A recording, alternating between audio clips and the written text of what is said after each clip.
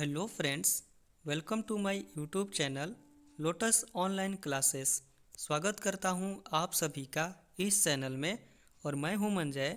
So friends, आज हम लोग model set 1 chemistry for jackpot class 12 के बारे में डिस्कस करने वाले हैं।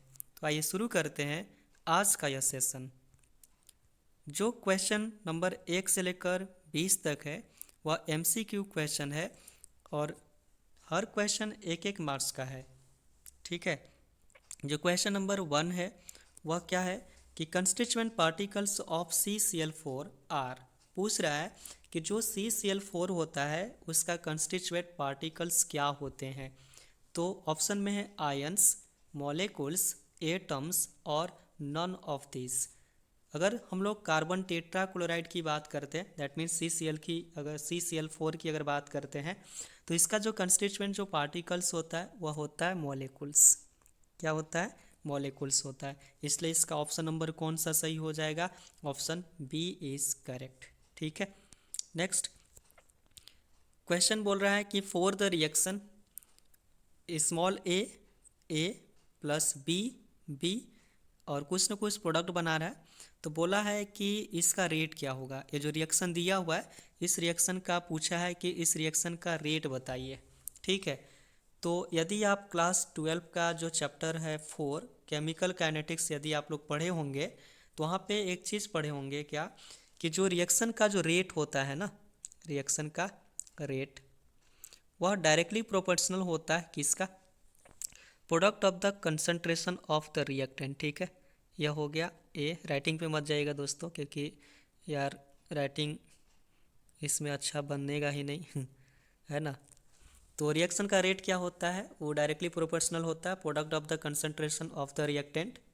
और यह प्रोपोर्शनलिटी का जब साइन हटाते हैं तो इक्वल का साइन लाते हैं और यहाँ पे एक कांस्टेंट लाते हैं के को बोलते हैं वेलोसिटी कांस्टेंट या रेट कांस्टेंट भी बोलते हैं। और इसके बाद के लिए ए का कंसंट्रेशन हो गया इनटू हो जाएगा बी का कंसंट्रेशन।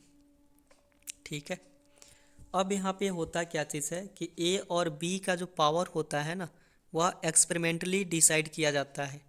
तो एक्सपेरिमेंटली डिसाइड सपोज मान लेते हैं कि एक्स आया और इसका क्या मान लिए वाई आया।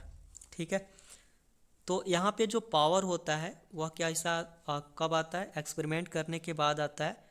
ठीक है। बट यहाँ पे क्या चीज़ दिया हुआ है ऑप्शन ए में अगर देखें तो बोला है कि कंसंट्रेशन ए का जो पावर दिया हुआ है वो स्मॉल ए दिया हुआ है और बी का जो पावर दिया हुआ है वो क्या दिया हुआ है? बी दिया हुआ है। बट यहाँ पे जो ए और बी जो पावर दिया हुआ है इसका कॉफिशिएंट का दिया हुआ है, जो रिएक्टेंट का जो कॉफिशिएंट है ना उसका ही पावर दे दिया है। बल्कि हम लोग क्या जानते हैं कि जो पावर जो होता है वह एक्सपेरिमेंट से डिसाइड किया जाता है, न कि उसके कॉफिशिएंट को ही पावर बना देते हैं, है ना। तो यहाँ पे जो ऑप्शन नंबर कौन सा सही होगा वो होगा मेरा डी। बहुत सारे स्टूडेंट या बहुत सारे दोस्त यही बोलेंगे कि नहीं इसका तो ऑप्शन ए सही होगा। बट ऑप्शन ए करेक्ट होगा कब? है ना, उसका कंडीशन अगर दिया हुआ रहेगा तब वह करेक्ट होगा, है ना। बट यहाँ पे कोई कंडीशन ही नहीं दिया हुआ है।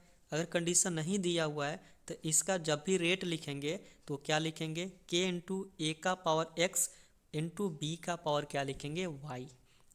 इसलिए क्योंकि एक्स और वाई जो होता है वह एक्सपेरिमेंट से हम लोग को मिलेगा, न कि इसके कॉफिशिएंट को लिख देंगे। यदि डाउट क्लियर हो गया हो तो आगे बढ़े हम लोग। ठीक है।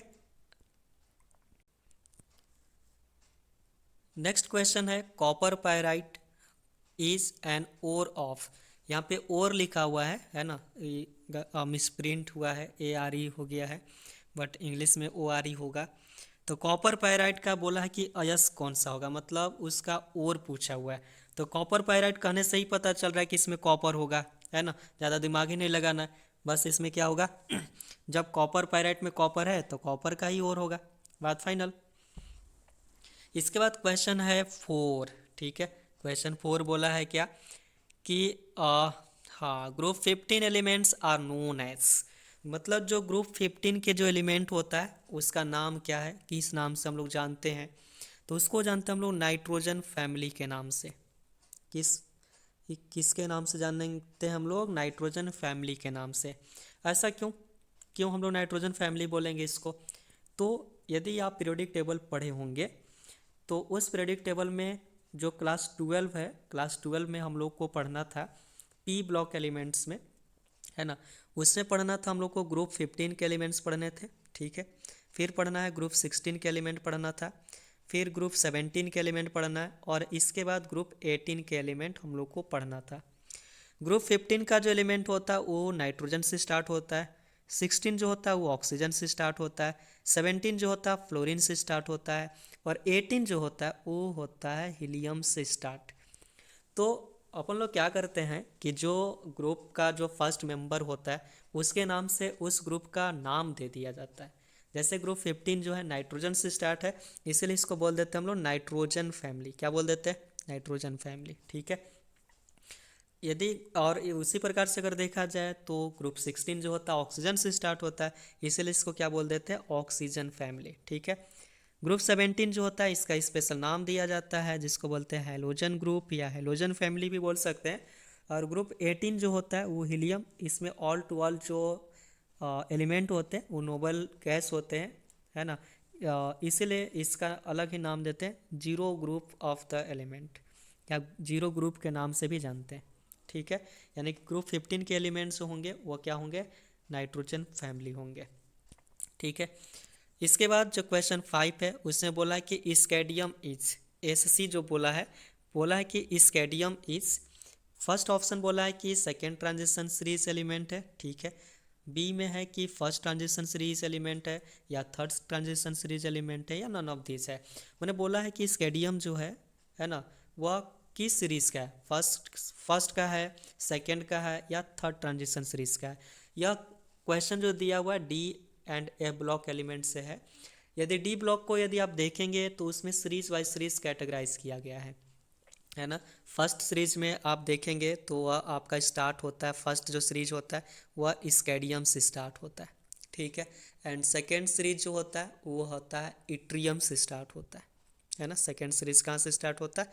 वो इट्रियम से स्टार्ट होता है। यानी कि फर्स्ट सीरीज में ही स्कैडियम आ जाता है। फर्स्ट सीरीज का फर्स्ट मेंबर जो एलिमेंट है वो कौन सा है?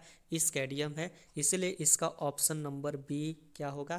करेक्ट होगा, ठीक है। यदि दोस्तों अगर आप लोग को किसी क्वेश्चन में यदि डाउट यदि हो जाए या डाउट लगे कि यह ऑप्शन गलत है तो आप मेरे को कमेंट बॉक्स में ज़रूर लिखना, है ना। आगे बढ़ते हैं। क्वेश्चन बोला है कि बेंजीन को रिएक्शन कराया जा रहा है, ठीक है। ये मेरा क्या चीज़ है? इसको बेंजीन बोलते हैं। और इस बेंजीन को रिएक्शन कराया जा रहा है इथाइल क्लोराइड के साथ, एनहाइड्राइड्स AlCl3 के प्रेजेंस में रिएक्शन कराया जा रहा है। तो जो प्रोडक्ट बन रहा है इथाइल बेंजीन बन रहा है और HCl बन रहा है। तो पूछा है इस रिएक्शन का नाम क्या है ना। तो इस रिएक्शन का नाम है फ्रेडल क्राफ्ट रिएक्शन। यह आपका चैप्टर फर्स्ट ऑर्गेनिक का जिसमें halo alkanes and halo arenes है उसी का एक क्वेश्चन है। तो इसको FCR रिएक्शन बोलते हैं, मतलब फ्रेडल क्राफ्ट रिएक्शन है, ठीक है। नेक्स्ट क्वेश्चन की तरफ हम लोग बढ़ते हैं। नेक्स्ट क्वेश्चन बोला है कि इथाइल अल्कोहल को हीट कराया जा रहा है कॉपर के प्रेजेंस में 573 केल्विन टेम्परेचर पे। कहीं कहीं बुक में लिखा हुआ मिलेगा 573 के स्थान पे क्या मिलेगा? 300 डिग्री सेल्सियस भी मिलेगा, है ना। तो इथाइल अल्कोहल को जब हीट कराते हैं हम लोग, है ना, यानी कि हीट दैट मीन्स इसका ऑक्सीडेशन करा रहे हैं। तो जब ऑक्सीडेशन कराते हैं तो एल्डिहाइड बनता है। कोई भी जो अल्कोहल होता है ना, उस अगर 1 डिग्री अल्कोहल है, अगर उसका ऑक्सीडेशन कराते हैं तो वह जब भी बनेगा तो एल्डिहाइड बनाएगा, ठीक है। और यदि 2 डिग्री अल्कोहल रहेगा और उसका ऑक्सीडेशन कराएंगे तो वह मेरा कीटोन बनेगा। बट यहाँ पे इथाइल अल्कोहल है। इथाइल अल्कोहल का जब यदि फार्मूला लिखेंगे ना, वो लिखेंगे हम लोग क्या? CH3, फिर इसके बाद हो जाएगा मेरा CH2 हो जाएगा और OH हो जाएगा। ये मेरा है इथाइल अल्कोहल। यहाँ पे OH ग्रुप है 1 डिग्री कार्बन के साथ अटैच्ड है, इसलिए 1 डिग्री हो गया। और इसका जब ऑक्सीडेशन कराएंगे तो क्या बन जाएगा मेरा? एल्डिहाइड में कन्वर्ट होके एसिटल्डिहाइड देगा। क्या देगा? एसिटल्डिहाइड। एसिटल्डिहाइड का फार्मूला भी लिख सकते हैं हम लोग, CH3 होगा और इसके बाद हो जाएगा CHO, ठीक है। नेक्स्ट क्वेश्चन की तरफ हम लोग बढ़ते हैं। जो यहाँ पे क्वेश्चन नंबर 8 है बस जस्ट उसका अपोजिट है दोस्तों। मतलब जो एसिटल्डिहाइड है और उस एसिटल्डिहाइड का रिडक्शन कराया जा रहा है ना। एसिटल्डिहाइड का क्या कराया जा रहा है? रिडक्शन। तो देखिए एक चीज़ होता है कि अगर एसिटल्डिहाइड दैट मीन्स एल्डिहाइड, और एल्डिहाइड का रिडक्शन जब भी कराएंगे तो वह कन्वर्ट हो जाएगा अल्कोहल में। अगर अल्कोहल नहीं है तो वह डायरेक्ट कन्वर्ट होगा किस चीज़ में, वह कन्वर्ट हो जाएगा आपका एल्केन में, है ना। तो यहाँ पे एसिटल्डिहाइड में 2 कार्बन है ना। एसिटल्डिहाइड का यदि फार्मूला देखें तो वो हो जाएगा CH3 होगा और CHO होगा, ठीक है। तो 2 कार्बन है, बट यहाँ पे क्या क्या ऑप्शन दिया हुआ है, मीथेन भी दिया है, प्रोपेन भी दिया हुआ है, इथेन भी दिया हुआ है ना। बट यहाँ पे देखा जाए मीथेन में तो एक ही कार्बन होता है, मीथेन का फार्मूला क्या होता है CH4, ठीक है, एक कार्बन है। और प्रोपेन में होता है C3 और H कितना होता है 8, तो प्रोपेन में 3 कार्बन आ जा रहे हैं तो इस तो होगा ही नहीं। और इथेन का होता है C2H6, यानी कि ऑप्शन मेरा सी क्या होगा, करेक्ट होगा। क्यों करेक्ट होगा, क्योंकि एसिटल्डिहाइड में 2 कार्बन होते हैं और इथेन में भी 2 कार्बन होते हैं, इसलिए ऑप्शन कौन सा मेरा सही होगा, ऑप्शन नंबर सी। 9 क्वेश्चन बोल रहा है, ठीक है। यह है मेरा डाई मिथाइल कीटोन, ठीक है। यह क्या चीज़ है, इसको बोलेंगे डाई मिथाइल कीटोन है। और इसका भी इसको रिएक्शन करा रहे हैं 4HI के साथ, रेड फॉस्फोरस के साथ के प्रेजेंस में करा रहे हैं। तो बोल रहा है कि ए जो है, ए पे कौन सा प्रोडक्ट मेरे को मिलेगा। तो अगर हम लोग रेड फॉस्फोरस के प्रेजेंस में जब भी रिएक्शन कराएंगे तो हमेशा याद रखेंगे, अगर रेड फॉस्फोरस के प्रेजेंस में रिएक्शन करा रहे हैं तो डायरेक्ट आपका कन्वर्ट हो जाता है एल्केन में।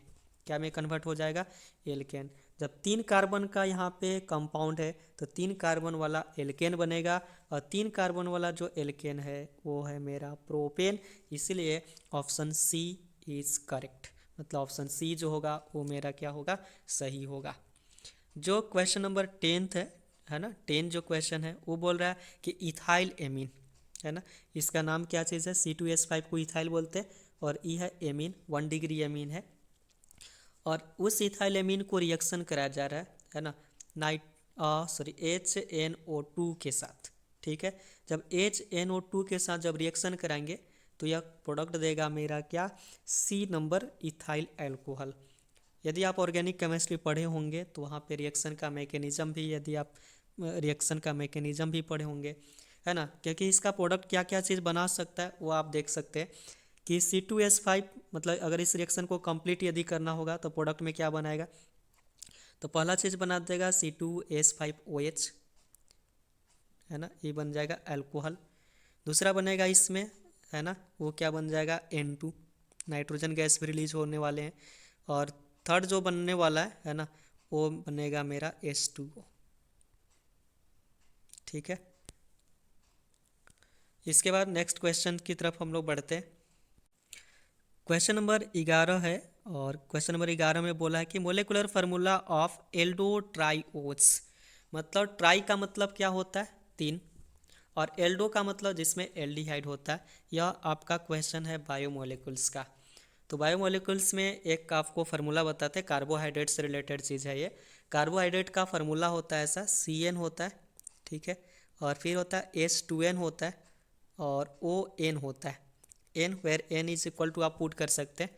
अगर ट्राई बोला है तो N का वैल्यू कितना पुट कर देंगे, N इक्वल टू 3 पुट कर देंगे, ठीक है। जब N इक्वल टू 3 पुट करेंगे तो फार्मूला मेरे पास क्या बन के आ जाएगा, C3, और H हो जाएगा 6, 3 2 जा 6, और O कितना हो जाएगा 3, यानी कि C3H6O3, यानी कि ऑप्शन इसमें कौन सा होगा सही, ए, ठीक है। नेक्स्ट क्वेश्चन बोला है कि मोनोमर ऑफ पॉलीथीन। वाह क्या क्वेश्चन है यार, है ना। मोनोमर मोनोमर पूछा है पॉलीथीन का, ठीक है। पॉलीथीन देखिए इसका एक ट्रिक बताते हैं। जैसे पॉली का मतलब क्या होता है, पॉली का मतलब होता है बहुत सारा, है ना, माने पॉली का मतलब क्या हुआ, बहुत सारा। और इसमें जुड़ा हुआ इथीन, माने बहुत सारे इथीन क्या हुआ है, मिलकर क्या बनाता है, पॉलीथीन। तो मोनोमर का मतलब होता है जिससे उसका फॉर्मेशन हुआ है, मतलब पॉलीथीन जिससे बना हुआ है। तो पॉलीथीन क्या चीज़ से मिलकर बना है, बहुत सारी इथीन से मिलकर बना है। इसका मतलब कि इसका मोनोमर क्या हो जाएगा, इथीन। दैट इज मतलब जो ऑप्शन नंबर बी जो होगा वो मेरा करेक्ट होगा। नेक्स्ट बढ़ते हैं और आगे बढ़ते हैं। नेक्स्ट क्वेश्चन है मेरा, और वो है क्या, फॉर्मल्डिहाइड।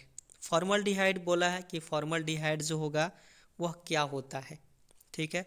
एक है डिसइंफेक्टेंट है, और दूसरा है एनालिसिस है, एंटीबायोटिक्स है, और एक है नन ऑफ दिस, है ना।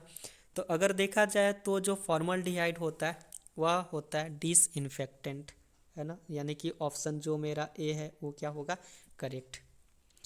एल्यूमिनियम हाइड्रोक्साइड, ठीक है, एल्यूमिनियम हाइड्रोक्साइड्स के बारे में पूछ रहा है कि यह क्या है। तो एल्यूमिनियम हाइड्रोक्साइड की अगर फार्मूला देखें तो क्या होगा मेरा Al, है ना। अगर इसका फार्मूला देखें हम लोग तो क्या होगा Al और OH का होल थ्राइस, है ना, AlOH का होल थ्राइस मतलब एल्यूमिनियम हाइड्रोक्साइड। और जिसमें हाइड्रोक्साइड आ गया दैट इज कॉल्ड क्या होगा, बेस, मतलब ये बेस मतलब बेसिक नेचर का होगा। जब बेसिक नेचर का होगा मतलब एसिड का जस्ट अपोजिट होगा, और जस्ट अगर एसिड का अपोजिट तो एंटी का मतलब होता है अपोजिट, है ना। तो यानी कि एंटा एसिड का मतलब हो गया एसिड का क्या चीज़ है, अपोजिट है, that is called aluminium hydroxide क्या होगा, एंटा एसिड होगा, ठीक है। नेक्स्ट क्वेश्चन है, करे कि फॉर्मूला ऑफ कॉपर ग्लैंड्स, ठीक है, कॉपर ग्लैंड्स का फॉर्मूला। तो ग्लैंड्स का मतलब होता है जिसमें सल्फर होगा, ग्लैंड्स का मतलब क्या हुआ, जिसमें सल्फर होता है, और कॉपर ग्लैंड्स बोला है मतलब जिसमें कॉपर और सल्फर दोनों होगा, इसके अलावा कुछ नहीं होना चाहिए। ऑप्शन नंबर ए करेक्ट होगा क्योंकि इसमें कॉपर भी है और सल्फर भी है, ठीक है। नेक्स्ट क्वेश्चन है क्वेश्चन नंबर 16 बोल रहा है कि स्ट्रक्चरल फार्मूला ऑफ 1 क्लोरोब्यूटेन, ये तो नोमेनक्लेचर का क्वेश्चन है।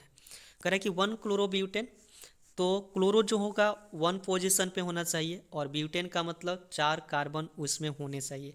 तो ऑप्शन नंबर फर्स्ट में यदि हम लोग देखें कि नंबरिंग करें तो 1 हो जाएगा, 2 हो जाएगा, 3 हो जाएगा और ये मेरा 4 हो जाएगा कार्बन। तो 1 पे क्लोरीन भी है, 4 कार्बन भी है, 1 क्लोरो क्या ब्यूटेन पूछा भी है, यानी कि ऑप्शन मेरा क्या हो जाएगा, ऑप्शन जो बोल सकते हैं कि ऑप्शन ए इज क्या होगा, करेक्ट। बी करेक्ट नहीं होगा क्योंकि इसमें 3 ही कार्बन है, आप देख सकते हैं, है ना, इसमें कितने कार्बन है, 3।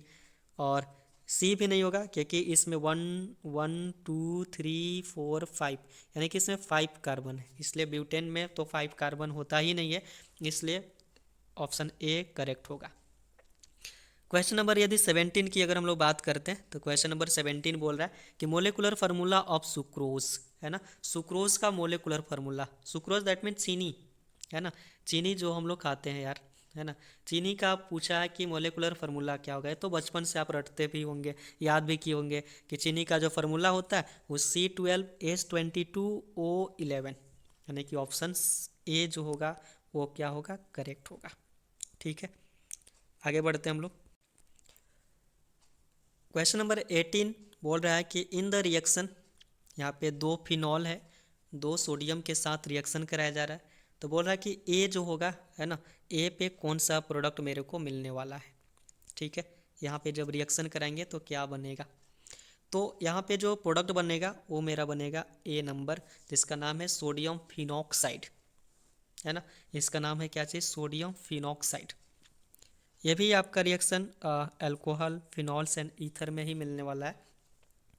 आप वहाँ पे रिएक्शन आप देख सकते हैं डीपली थोड़ा, है ना।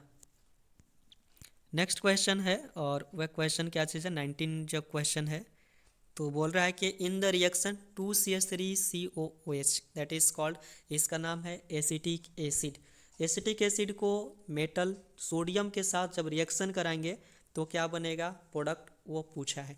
तो एक चीज़ यार मेरे को बात बताओ, अगर सोडियम मेटल के साथ रिएक्शन कराएंगे तो प्रोडक्ट में भी तो सोडियम ही जुड़ेगा, ऐसा थोड़े है कि पोटासियम जुड़ जाएगा, यानी कि ऑप्शन जो बी होगा, सॉरी ऑप्शन जो ए होगा वो तो इनकरेक्ट होगा क्योंकि वहाँ पे पोटेशियम को जोड़ दिया है, पोटेशियम तो होगा नहीं क्योंकि सोडियम से रिएक्शन कराए। ऑप्शन बी को देख लेते हैं, ऑप्शन बी जो होगा उसमें सोडियम जुड़ा हुआ है, तो ये क्या चीज़ होगा, ये तो देख लेते हैं। ऑप्शन सी को देखते हैं, सी में तो कैल्शियम आ गया, ये तो हद कर दिया यार, कैल्शियम तो होगा ही नहीं क्योंकि कैल्शियम के साथ हम थोड़े रिएक्शन कराए, यानी कि सी भी गलत होगा, यानी कि जो ऑप्शन बी होगा वो क्या होगा, करेक्ट होगा। बात समझ में आ रही है, ठीक है। अगर बात समझ में आएगा तो कमेंट भी करना है भाई, ठीक है। यदि डाउट भी होगा तो मेरा जो टेलीग्राम जो ग्रुप है वीडियो के डिस्क्रिप्शन में दिया हुआ है, वहाँ से आप जुड़ सकते हैं, क्वेश्चन भी पूछ सकते हैं, और कोई सुझाव देना चाहते हैं तो वीडियो का जो कमेंट बॉक्स होगा उसमें आप सुझाव भी दे सकते हैं, डाउट भी पूछ सकते हैं, है ना। नेक्स्ट क्वेश्चन है 20 नंबर क्वेश्चन। वाह, यह जो क्वेश्चन है बोला है कि the oxidation number of cobalt in, या कोऑर्डिनेशन कंपाउंड है, और इस कोऑर्डिनेशन कंपाउंड में बोला है कोबाल्ट का ऑक्सीडेशन नंबर क्या होगा। तो देखिए इसको सॉल्व करके निकालते हैं, कैसे निकाला जाता है। जैसे जिसका निकालते हैं ना उसको x मान लेते हैं, तो यहाँ पे कोबाल्ट को क्या मान लिए हम लोग x, प्लस लिख देते हैं, और इसके साथ जो जुड़ा हुआ है NH3, NH3 का जो ऑक्सीडेशन जो नंबर होता है ना वो होता है 0, और 0 इंटू कर देंगे 5, क्योंकि 5 है NH3, और जो फिर क्लोरीन, क्लोरीन का होता है -1, और इसके बाद जो ब्रैकेट के ऊपर जो पावर होता है ना उसको इक्वल टू में लिख देते हैं, +2 को इक्वल टू में लिख दिए। अब इसको सॉल्व करेंगे तो x प्लस 0 इंटू 5 करेंगे तो 0 हो गया, यानी कि आ गया x -1 इज इक्वल टू आ गया +2। और यहाँ पे अगर इसको सॉल्व कर देते हैं तो x इक्वल टू आएगा, बताइए, e +2, ठीक है, और e -1 इधर आएगा तो +1 हो जाएगा। इसका मतलब कि x का जो वैल्यू आने वाला है वो क्या आने वाला है, +3, यानी कि ऑक्सीडेशन स्टेट जो होगा, ऑक्सीडेशन स्टेट जो कोबाल्ट का होगा इसमें कौन सा होगा, +3 होगा, इसलिए ऑप्शन सी क्या होगा मेरा, करेक्ट होगा। बात समझ में आ रही है, इतना तो समझ में जरूर आया होगा। देखिए एक क्वेश्चन है, क्वेश्चन नंबर 21, ठीक है। 21 में बोला है कि फॉर द रिएक्शन, यह रिएक्शन दिया हुआ है NH4NO2, प्रोडक्ट बन रहा है N2 + 2H2O, तो इसमें पूछा मोलिकुलरिटी ऑफ अ रिएक्शन। वाह, मोलिकुलरिटी क्या होता है, मोलिकुलरिटी का मतलब बोल सकते हैं डिफिनेशन, अगर इसको अगर जानते हैं तो आप बोल सकते हैं। डिफिनेशन होता है कि जो total number of the reactant participate in a chemical reaction, या take part in a chemical reaction, बोल सकते हैं कि जो टोटल नंबर ऑफ रिएक्टेंट होता है ना, total number of reactant in a chemical reaction, जो केमिकल रिएक्शन है उसमें रिएक्टेंट की कितनी संख्या है, कितना टोटल नंबर है, वही होता है मोलिकुलरिटी। तो यहाँ पे यदि आप रिएक्टेंट देखेंगे तो है NH4NO2, और ये टोटल कितना है, एक ही है, इसलिए इसका मोलिकुलरिटी कितना हो जाएगा, एक, है ना। मोलिकुलरिटी कितना हो जाएगा इसका, मोलिकुलरिटी हो जाएगा 1, ठीक है, मोलिकुलरिटी हो जाएगा 1, ठीक। नेक्स्ट, नेक्स्ट क्वेश्चन है क्वेश्चन नंबर 22, कह रहा है कि in the extraction of copper the reaction is FeO plus SiO2, तो प्रोडक्ट क्या बनाएगा, है ना। इसे बोला है कि जो आयरन ऑक्साइड है उसको सिलिकॉन ऑक्साइड के साथ रिएक्शन कराएंगे, कॉपर का जब एक्सट्रैक्शन कराते हैं ना वहाँ पे रिएक्शन मिलेगा, और यह जो रिएक्शन आपका यूज होता है जो मैट्रिक्स गैंग होता है उसमें होता है, तो इस रिएक्शन का बोला कि प्रोडक्ट क्या होगा। तो प्रोडक्ट कुछ नहीं है यार, सबको जोड़ दो एक ही में, दिक्कत ही नहीं है। फिर इसमें प्रोडक्ट क्या हो जाएंगे, ये हो जाएगा Fe, ठीक है, और Si और O3, Fe क्या होगा, FeSiO3, यही प्रोडक्ट बनेगा। आप लोग अच्छे से लिख लेना यार कॉपी में, ठीक है। नेक्स्ट क्वेश्चन है क्वेश्चन नंबर 23, बोल रहा है कि स्कैडियम, जिसका एटॉमिक नंबर दे दिया है 21, ठीक है, का इसका इलेक्ट्रॉनिक विन्यास बताना है। बताइए यार, 21 इसका एटॉमिक नंबर है और इलेक्ट्रॉनिक कॉन्फ़िगरेशन पूछा हुआ है। तो एक चीज़ हम लोग जानते हैं कि आर्गन, है ना, आर्गन का नाम सुने हैं, तो आर्गन कितना होता है इसका एटॉमिक नंबर, एक प्रकार का नोबेल गैस है, आर्गन का होता है 18 तक, तो यही कंप्लीट हो गया इसका इलेक्ट्रॉनिक कॉन्फ़िगरेशन, है ना। अगर आर्गन की अगर हम लोग बात करते हैं तो आर्गन में क्या हो गया 18, तो 18 तो मेरा कंप्लीट हो गया।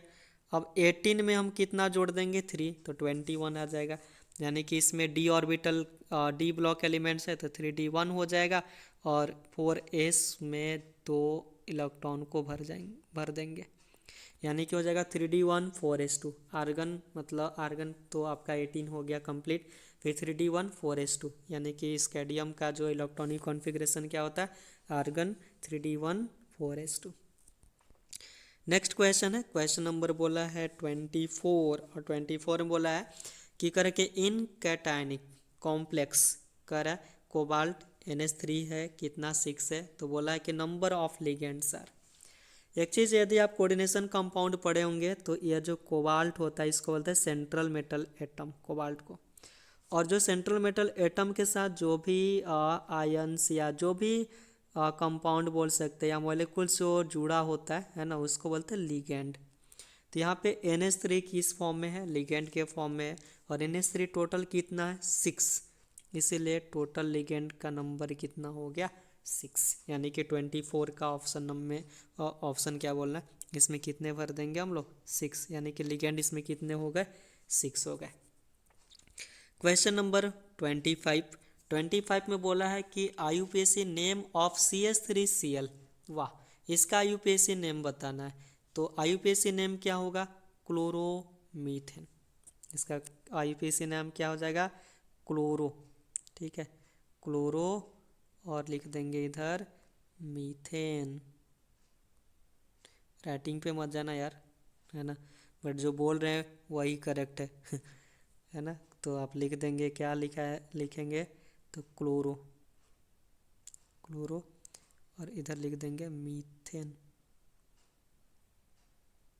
ये ठीक है, क्लोरोमीथेन। इसके बाद जो यहाँ पे क्वेश्चन नंबर कौन सा, 26, बोल रहा है कि एग्जाम्पल ऑफ प्राइमरी एमीन, मतलब 1 डिग्री एमीन की बात बोला है कि 1 डिग्री एमीन का एग्जाम्पल दे दीजिए। तो 1 डिग्री, जैसे आप एमीन चैप्टर पढ़े होंगे तो एमीन में ज़रूर पढ़े होंगे कि एमीन जो होता है आपका अमोनिया से बनता है। मतलब amine is the derivative of ammonia, मतलब जो अमोनिया का फार्मूला होता है NH3। ठीक है, और इस NH3 से क्या बनता है हम लोग को, एमीन। एक हाइड्रोजन को हटा दीजिए, ठीक है, और उसमें एक क्या जोड़ दीजिए, अल्काइल ग्रुप को, तो क्या बन जाएगा, RNH2। ठीक है, और इसी को बोलते हैं 1 डिग्री एमीन। क्या बोलते हैं इसको, 1 डिग्री एमीन। और 1 डिग्री को ही बोलते हैं प्राइमरी एमीन, यानी कि RNH2।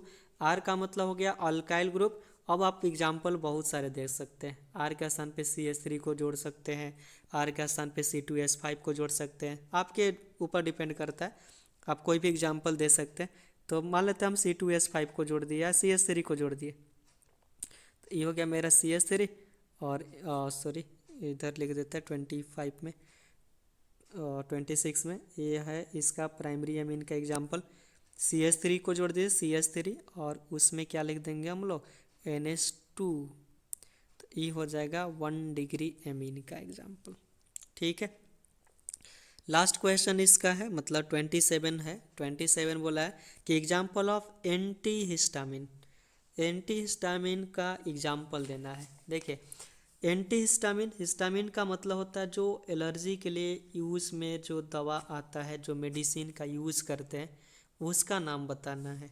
तो यहाँ पे बहुत सारे एग्जाम्पल्स है, तो एक एग्जाम्पल आप लोग लिख लीजिए इसका, और 27 का क्लोरो, क्या होगा, लिख लीजिए क्लोरो, क्लोरो, ठीक है, क्लोरो ट्राइपोलोन, ट्राई, TRI, ट्राई पोलोन, POLON,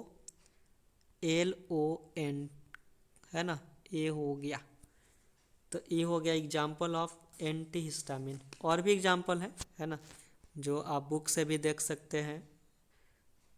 तो इसका एग्जाम्पल एक और क्या लिख सकते हैं, लिख दीजिए लोरा, LORA, लोरा टाडाइन, है ना, लोरोटाडाइन। ये एग्जाम्पल है एंटी हिस्टामिन का, एंटी हिस्टामिन का। ठीक है दोस्तों, यदि अगर मान लेते हैं वीडियो में अगर थोड़ा बहुत कोई अगर प्रॉब्लम हुआ होगा आप लोगों को, या फिर कहीं बोलने में या फिर समझने में अगर आप लोगों को परेशानी हुई होगी, तो आप कमेंट बॉक्स में लिख सकते हैं। यदि आप और भी कोई क्वेश्चन पूछना चाहते हैं तो आप कमेंट करेंगे ज़रूर। ठीक है, बाकी तैयारी कीजिए, है ना, और अच्छे मार्क्स लाइए, यह हम आप सभी का कामना करते हैं। गुड बाय, मिलते हैं नेक्स्ट वीडियो में, तब तक के लिए बाय।